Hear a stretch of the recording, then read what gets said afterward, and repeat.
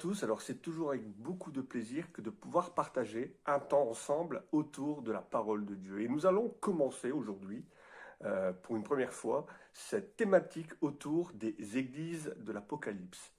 Alors vous le savez certainement, c'est un mot que vous avez certainement déjà entendu, le terme apocalypse qui signifie révélation. Ça n'a rien de quelque chose de dramatique, de catastrophique, bien au contraire.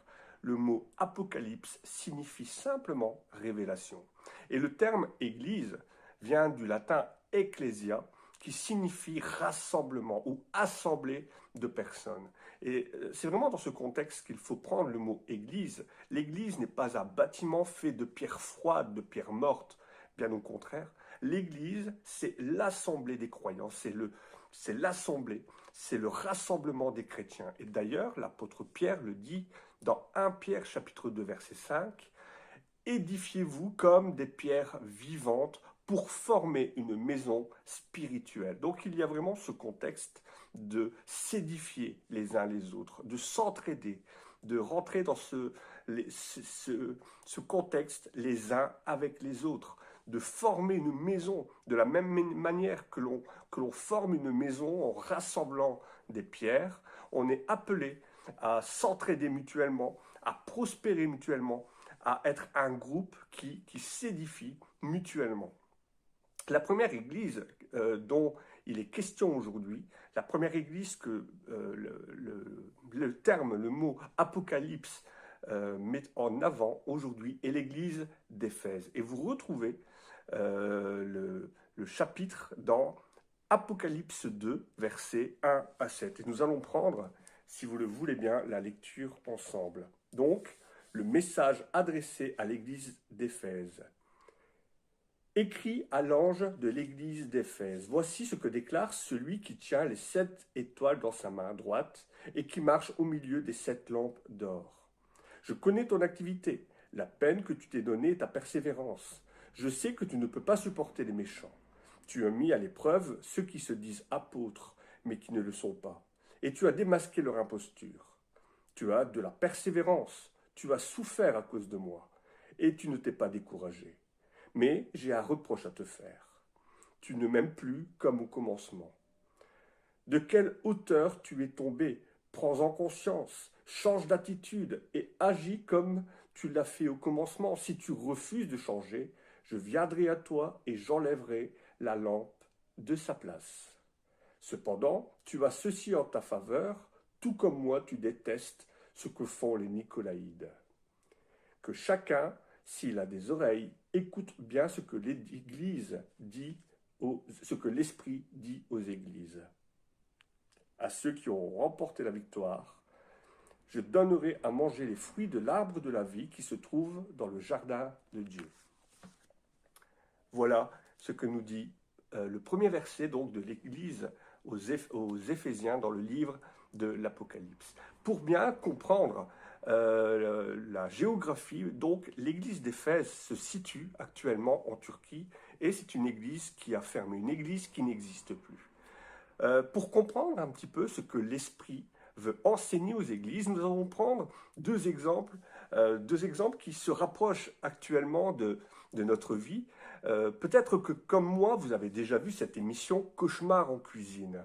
Alors il s'agit de cuisiniers qui font appel à un grand chef afin de pouvoir être remis à flot. Je suis assez surpris souvent du nombre de fois où, par exemple, il y a des anciens grands chefs, des chefs étoilés qui ont travaillé dans des bâtiments de renom, dans des hautes gastronomies. Leur bâtiment est d'ailleurs reconnu comme bâtiment, comme restaurant étoilé. Mais avec le temps, avec un manque d'envie peut-être, avec un manque d'ambition, avec peut-être un refroidissement dans leur manière de travailler, ils ont fini par oublier le pourquoi ils ont commencé ce travail. Ils ont perdu cette petite flamme qui faisait que il n'y a plus du peps, il n'y a plus de goût dans leur cuisine, et un peu à la fois les étoiles disparaissent, les clients disparaissent, et on n'est pas loin de la faillite.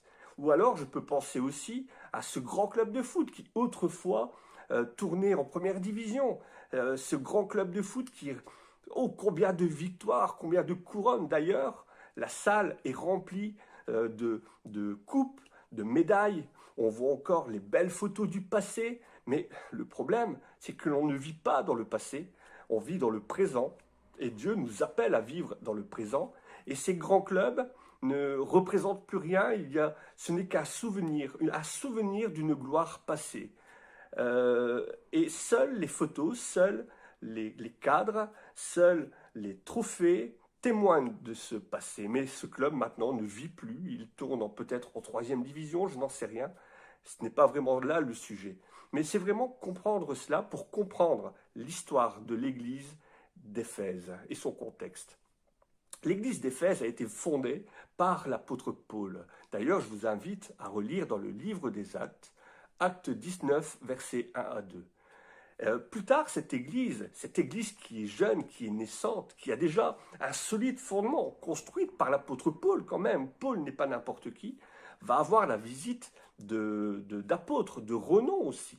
Ils ont eu la visite de Jean et de Timothée, qui ont certainement dû aussi travailler avec eux, travailler de leur enseignement. Ils ont certainement eu un enseignement théologique vraiment, vraiment important, une puissance vraiment importante. Et comment se fait-il que cette église, si bien partie, si bien démarrée, qui avait déjà remporté de belles victoires, a fini par disparaître? Eh bien, prenons un petit peu le point de vue géographique. Rappelez-vous, je vous avais dit que dans l'introduction aux églises, Jésus se sert tout le temps d'un point de vue géographique, d'une particularité, afin d'apporter un enseignement. Et dans ce cas précis, le port d'Éphèse, il s'avère que le port d'Éphèse risquait un ensablement. Le port d'Éphèse, était en train tout doucement de s'enfoncer dans le sable. Et Jésus va utiliser ce problème, se servira de ce problème pour montrer en fait aux Éphésiens que leur plus grand problème était l'endormissement spirituel. Ils avaient oublié leur premier amour, c'est-à-dire le pourquoi tout avait commencé. Le premier amour, c'est qui? Eh bien, c'est Jésus lui-même. Malgré leurs œuvres, malgré les victoires qu'ils ont pu passer, qu'ils ont eues par le passé, même si leur passé a été glorieux, malgré tout cela, l'Église n'existe plus. Pourquoi? Parce qu'ils ont oublié Jésus. Ils ont oublié leur premier amour. Alors, la Bible, on le dit souvent, la Bible est un miroir. Et Jésus va détecter que dans cette Église, la mort est en train de s'installer. C'est un petit peu comme l'ensablement. Elle descend tout doucement vers la mort. Pourquoi? Parce qu'ils ont encore une fois oublié leur premier amour. Le pratique de la religion, les traditions, les rites, toutes ces choses qui font qu'il n'y a plus de relation. Ils sont juste dans l'obligation, dans le faire paraître. Alors tout cela est peut-être indétectable au regard des hommes, mais Dieu a détecté que cette Église n'avait plus cette relation particulière. Ils sont maintenant dans une religion, ils sont dans des obligations et plus dans cette relation que Dieu veut. Dieu ne veut pas des adorateurs, Dieu veut des enfants. Il veut toujours garder ce lien affectif avec nous et ne veut surtout pas que nous tombions dans une religion faite de rites et d'obligations. Alors, Jésus nous appelle. Jésus a appelé cette église parce qu'il ne condamne pas l'église d'Éphèse, il veut un changement d'attitude. Et Jésus va demander justement que l'on puisse revenir aux premiers sentiments, les mêmes sentiments qui étaient animés depuis le début. On peut prendre cette image aussi du couple.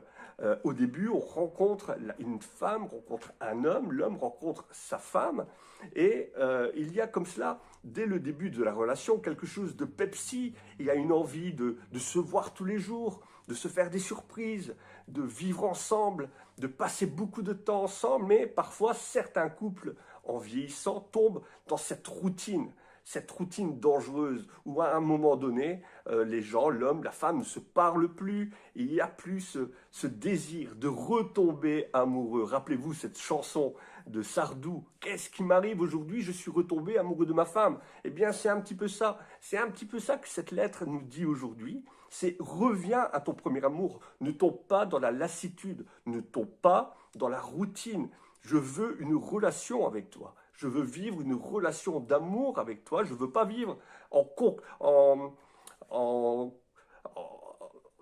cette routine meurtrière. Je ne veux pas ça. Je ne veux pas être un colocataire. Je veux vivre avec toi une véritable relation. Alors Jésus, dans ce texte, nous propose 3 remises en question. Et vous les retrouvez d'ailleurs dans le texte que nous avons lu de l'Apocalypse au verset 5. Premièrement, souviens-toi, c'est-à-dire rappelle-toi ce qui t'animait avant. Souviens-toi de tout ce que tu as fait. Souviens-toi de l'enseignement que tu as reçu. Souviens-toi des bases solides que tu as reçues. Deuxièmement, il leur dit, repens-toi, c'est-à-dire dans le sens où reviens en arrière. Il n'est pas encore trop tard. Tu peux encore t'en sortir. Souviens-toi et repens-toi. Il y a un problème. Il y a un problème. Ne cours pas tête première contre le mur. Tu peux encore faire demi-tour. Tourne le volant. Repens-toi. Et enfin, pratique. Parce que lorsqu'il y a un problème, lorsque l'on a envie de faire marche arrière, après il faut se mettre en pratique. Il faut bouger. Il faut se réveiller. Et voilà ce que Jésus nous dit au verset 5. Souviens-toi, repens-toi et pratique. Alors dans cette église, il y a ce qu'on appelle les Nicolaïtes, donc les Juifs corrompus. Et Jésus, encore une fois, ne dit pas que dans cette église tout ira mieux. Jésus ne dit pas que ça va aller, que ça va être magnifique, que la vie n'est en fait qu'un roman à l'eau de rose, loin de là, loin de là. D'ailleurs, celui qui veut vivre une vie avec Jésus, celui qui veut être à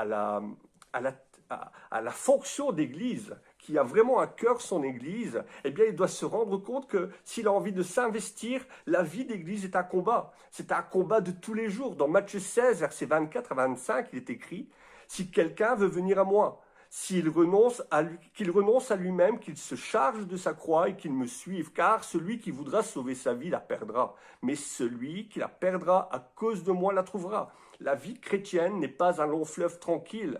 Il y a vraiment un combat, il y a vraiment une lutte, parfois au sein de sa famille, parfois au sein de l'Église, souvent au sein de l'Église d'ailleurs, et souvent aussi avec les gens du monde. Mais Jésus nous dit, et dit aujourd'hui encore aux églises, comme il l'a dit à l'église d'Éphèse, n'aie pas peur des souffrances à venir.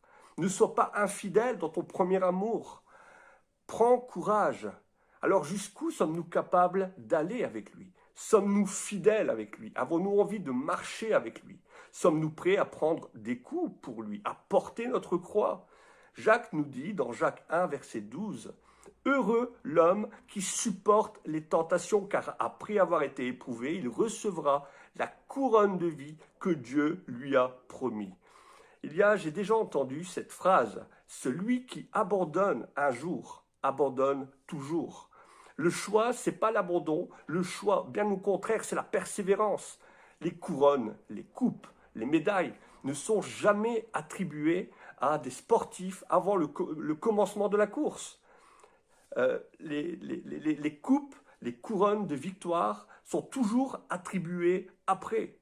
Alors, encore une fois, et c'est comme cela un petit peu dans la vie de tous les jours, il y a ceux qui parlent, qui ne font que parler, qui se souviennent du passé en disant « j'ai été, j'ai cru, j'ai fait ». Mais le problème, ce n'est pas ce qui a été par le passé, le problème, c'est le présent et c'est l'avenir.